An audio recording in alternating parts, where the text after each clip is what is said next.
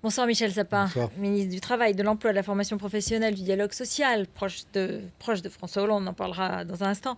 Juste avant de commencer l'interview, vous avez renoncé à votre smartphone? J'ai vu que c'était le sujet du jour.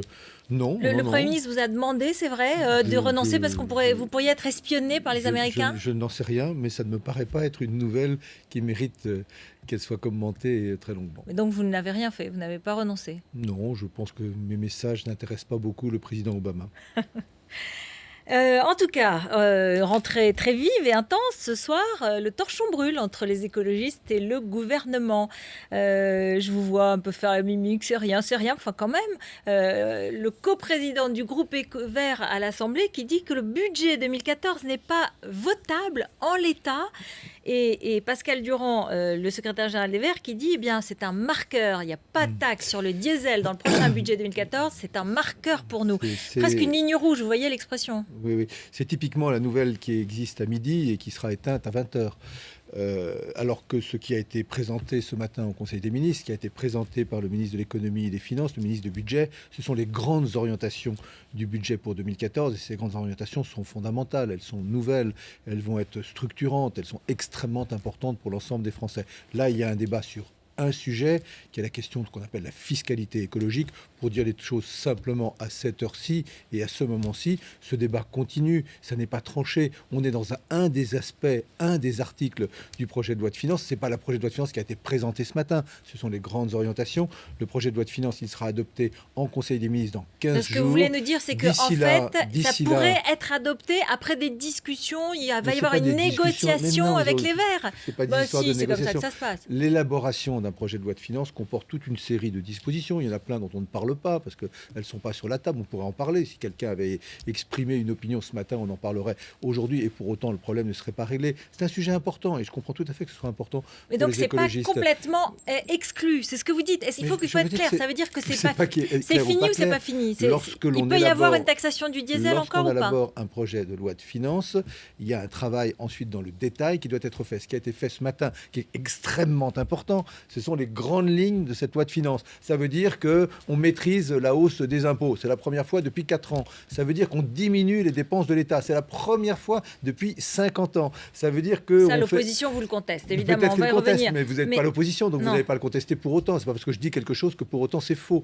Donc voilà de très grandes orientations qui sont nouvelles, qui sont fondamentales. Et puis il y a du travail à faire encore sur plein d'autres dispositions. Il y a une conférence environnementale qui aura lieu dans une semaine, la semaine prochaine, enfin le vendredi et le samedi.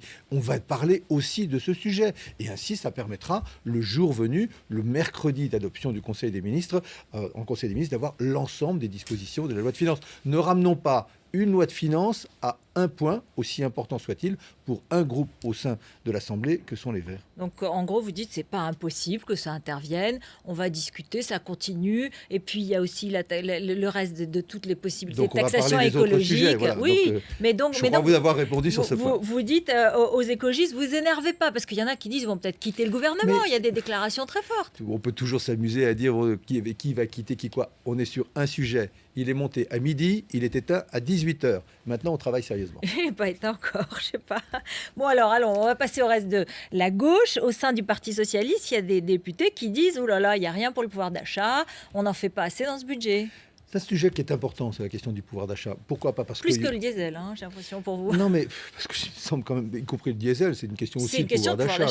On est donc qu'est-ce que ça veut dire pour les Français? Est-ce que leur situation, je ne parle pas de ceux qui sont au chômage, celle-là, il faut se battre pour que leur situation s'améliore, mais ceux qui sont dans un emploi, est-ce qu'eux, on pense un petit peu à eux, ou est-ce qu'on va leur demander encore un effort, alors que ça fait 3 ans, 4 ans que les gouvernements successifs, mais nous, de manière plus juste, mais enfin, avant la droite, demandent des efforts aux Français. Ce que nous disons, c'est premièrement que ces efforts ont payé, que c'est grâce à ces efforts de tous qu'aujourd'hui nous maîtrisons nos déficits et que nous inversons les déficits, et que là nous allons pouvoir continuer à diminuer ces déficits. Mais la deuxième chose, soyons attentifs à cela, parce que c'est le fond des choses, on peut s'attacher à la périphérie. Aujourd'hui, qu'est-ce qui se passe dans l'économie française? Il y a une reprise. elle est fragile, cette reprise. Personne ne va vous dire, ça y est, c'est merveilleux, on est sorti. Il ne faut pas la décourager. Il faut l'encourager, il faut la soutenir. Et quand on veut soutenir la reprise de l'activité économique, qu'est-ce qu'il faut faire? Il faut se tourner vers les entreprises, l'investissement des entreprises. Il n'a pas redémarré l'investissement des entreprises. Elles n'ont pas recommencé à investir. Il faut donc une politique qui soit favorable à l'investissement des entreprises. Et la deuxième chose, on en vient au pouvoir d'achat. Il faut se préoccuper de l'évolution du pouvoir d'achat des Français, c'est-à-dire ce qu'on appelle la consommation. Si le moteur de la consommation et le moteur de l'investissement sont encouragés, l'année 2014 sera l'année d'une reprise et d'une reprise conséquente et durable. Voilà ce qu'on doit faire. Et oui, à partir de là, vous devez faire. Mais apparemment, c'est pas le cas, puisque on voit qu'il n'y a pas de baisse de l'impôt sur les sociétés qui aurait pu encourager les sociétés. Et en revanche, il y a peut-être plus d'impôts sur les ménages, notamment diminution de plusieurs niches fiscales, suppression de plusieurs niches fiscales qui augmentent de fait les impôts des ménages. Quand on fait des calculs, il faut regarder les plus, mais il faut regarder les moins. Vous êtes d'accord avec moi? Donc il peut y avoir sur certains aspects des plus. Il y a un élément que nous avons voté déjà l'année dernière, enfin que le Parlement a voté. La hausse de la TVA. Donc tout le monde sait qu'au 1er janvier prochain, la TVA va augmenter. Est-ce que ça aura un effet sur le pouvoir d'achat? Ça va dépendre des produits, ça va dépendre de la concurrence. Personne n'est capable de dire, mais ça ne peut pas dire que ce soit bénéfique pour le pouvoir d'achat. Mais je vais vous prendre une autre mesure, qui est une mesure très importante. Nous avons décidé de mettre fin à une décision qui avait été prise par la droite, par Nicolas Sarkozy et Fillon, qu'on appelle la non-indexation du barème de l'impôt sur le revenu. C'est très technique, mais ça veut dire qu'à cause de cette décision, il y a des milliers de foyers qui ne payaient pas l'impôt sur le revenu et qui tout d'un coup se sont mis à payer automatiquement un impôt sur le revenu, avec toutes les conséquences que ça sera fini. Eh bien ça, c'est fini. Nous avons décidé de la réindexation. C'est énorme. C'est presque l'équivalent en pouvoir d'achat d'un sujet qu'on voit beaucoup ressurgir aujourd'hui, qui était la défiscalisation des heures supplémentaires. C'est vrai que la refiscalisation, qui était nécessaire dans la bataille pour l'emploi de ces heures supplémentaires, a provoqué un surcroît d'impôts. Eh bien, ce que nous décidons avec la réindexation du dispositif, ça va compenser quasiment en chiffres égaux, les chiffres sont égaux. Oui. En chiffres, ça va quasiment compenser ce que les salariés ont pu perdre de l'autre côté. Donc vous voyez qu'on s'en préoccupe. En tout cas, ce soir, il y a quand même un ricanement général sur la fameuse phrase de la pause fiscale de François Hollande, et pas par n'importe qui. Déjà depuis ce matin, Ségolène Royal, qui était l'invitée de Jean-Jacques Bourdin. Écoutons-la. Il faut qu'elle soit appliquée. Ben oui, il faut qu'elle soit appliquée, cette pause fiscale. Oui. Ça a été dit, ça doit être fait. C'est le degré zéro de la pensée politique, de mettre des impôts pour régler un problème. Elle est quand même sévère, c'est le degré zéro de la pensée politique. Toujours des impôts, encore des impôts. Elle est sévère par rapport à tous, et elle est en particulier sévère par rapport à ceux.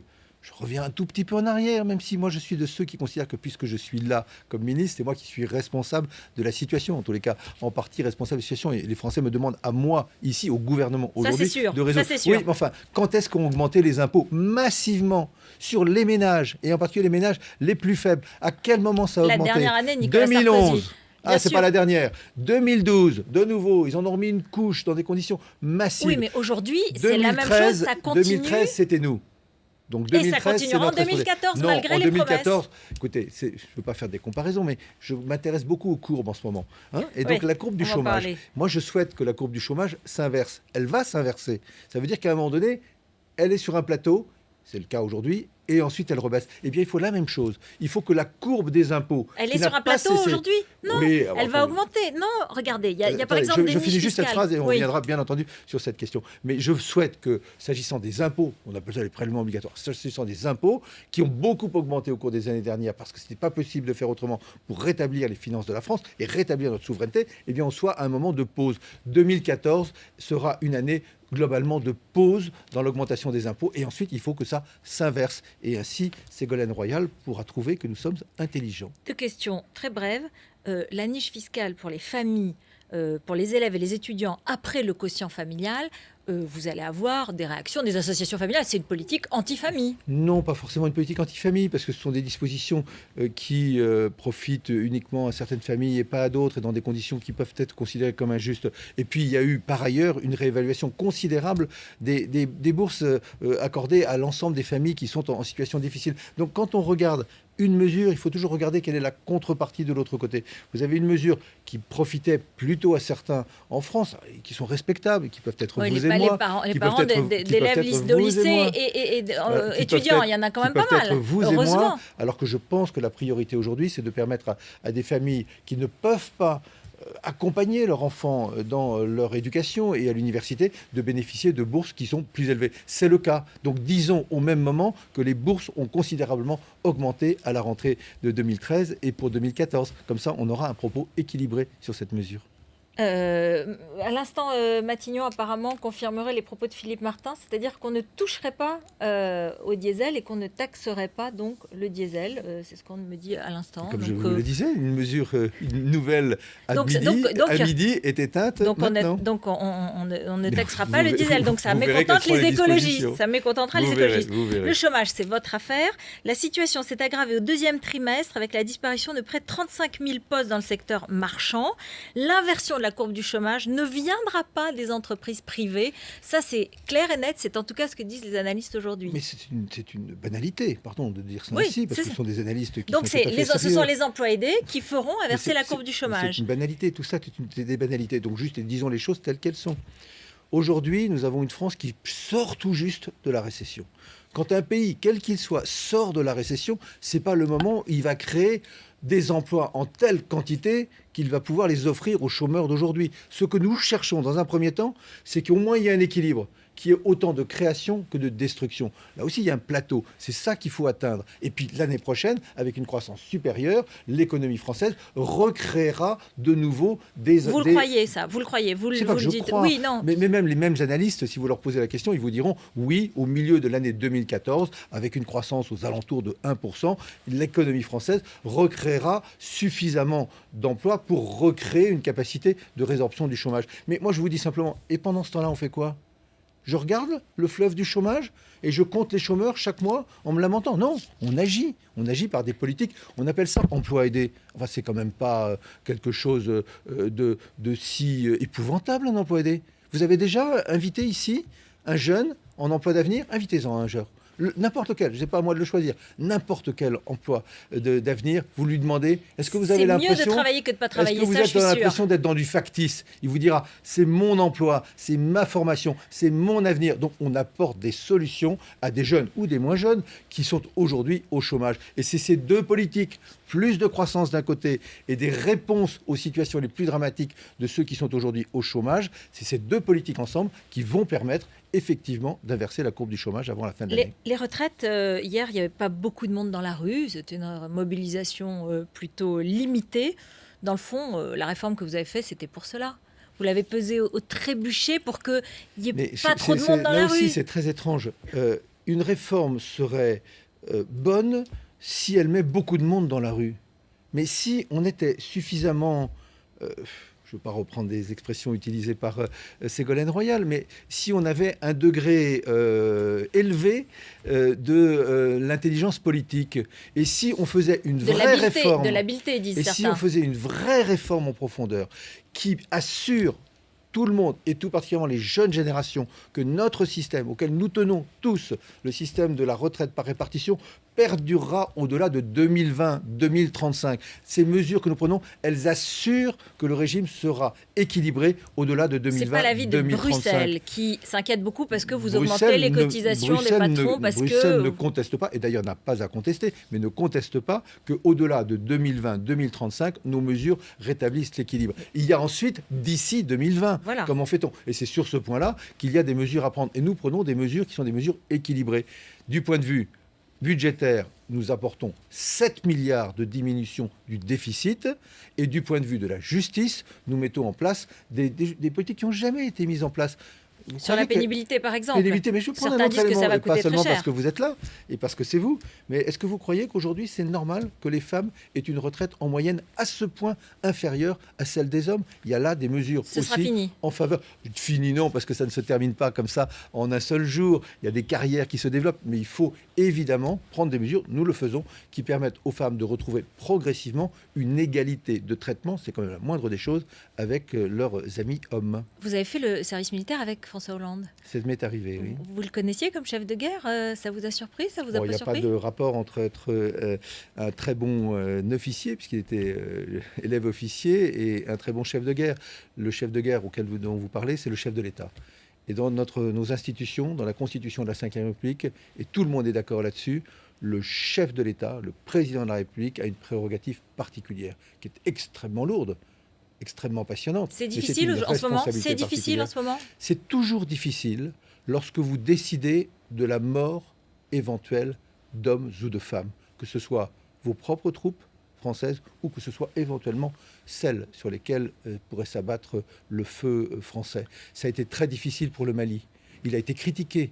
On a dit les mêmes mots que ceux qui sont utilisés aujourd'hui. L'opinion publique était beaucoup plus favorable. Ah non, elle l'a été après. Mais les mêmes mots, pendant la même période, pendant les 15 premiers jours, c'était isolé. Il s'interroge beaucoup, c'est difficile en ce moment, il se pose beaucoup de questions. Le bourbier, enfin, etc. Tous les mots qu'on utilise. Heureusement que la France a pris cette initiative au Mali. Et heureusement que la France, à égalité et avec les États-Unis, a pris l'initiative d'avoir un discours ferme vis-à-vis de la Syrie. Si une solution négociée, si une solution diplomatique peut être trouvée qui permette à la fois de sanctionner ceux qui ont utilisé l'arme chimique, parce qu'on ne peut pas accepter qu'une loi internationale soit ainsi. Il ne reculera pas. Mais non, il ne reculera pas sur deux principes.